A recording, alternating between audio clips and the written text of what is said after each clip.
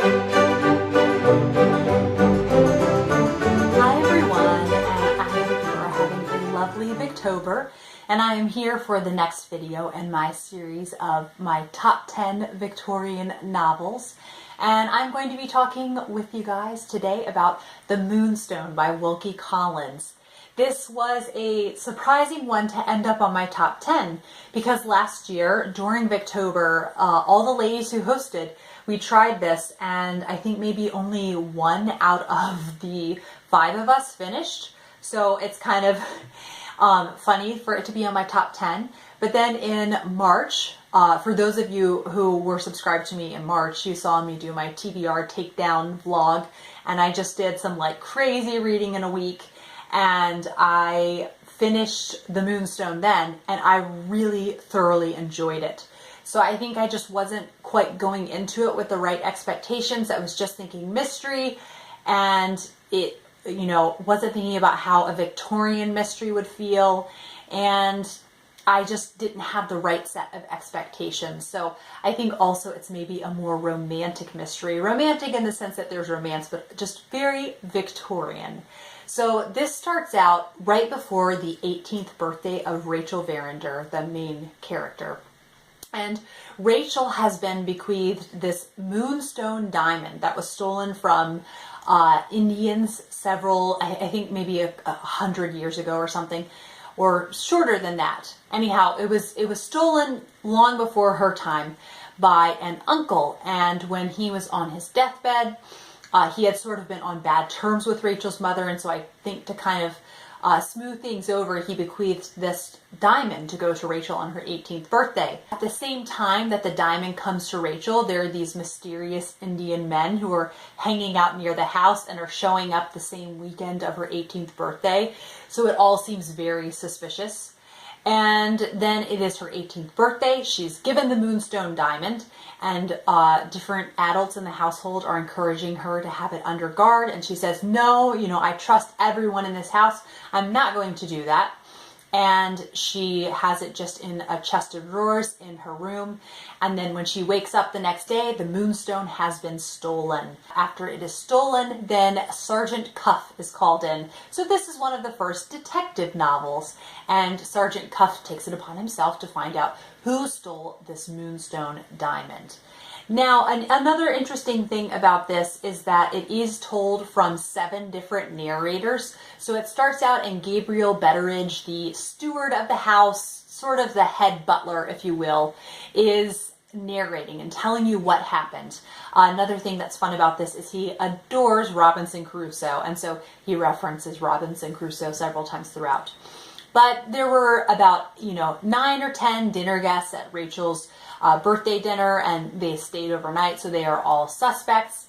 And in addition to the servants in the household and Rachel's mother, it's just kind of anyone is fair game for who's going to be a suspect. In addition to that, there is some romantic drama happening because her cousin has come to visit and has made it very clear his intentions are to marry her. And then there is a longtime family friend who was the person who was to deliver the diamond, and she has kind of formed an attachment to him. So there's all of that kind of interpersonal, emotional, romantic drama happening. All the while this is happening, and there are certain characters who have secrets, but you just don't know how to get the secrets out of them. And so then other narrators, I'd say, might not be as fun as Gabriel Betteridge. Gabriel Betteridge has the majority of the narration time in this. But it is just a really fun adventure story, and I did not predict the ending at all. It was a really interesting and unique take on kind of something being stolen, and it was to me, it seemed kind of a logical explanation in the end, but no less shocking or surprising. So all in all, I ended up really enjoying this. And like I said, I think it's neat when you read a Victorian novel where the female characters don't just blend in with all of the other female characters. So Rachel seems very unique. There's another female character, Rosanna Spearman, who is also a servant in the household. And you can tell there is something just really eating her up inside, something she's very, very distressed about, and you want to know what she is exactly so distressed about. So lots of multi-layered female characters, and it's really interesting also to see Gabriel has a daughter, Penelope, who is a servant in the household, and she's really kind of this this bright light in this dark time in the household. And so it takes place over the span of several years, and eventually you do find out what happened to the Moonstone. But I think the craft of mystery and tension building and suspense is done very well in here. And like I said, I think it's really neat that Sergeant Cuff is in this, so it's one of the first detective novels.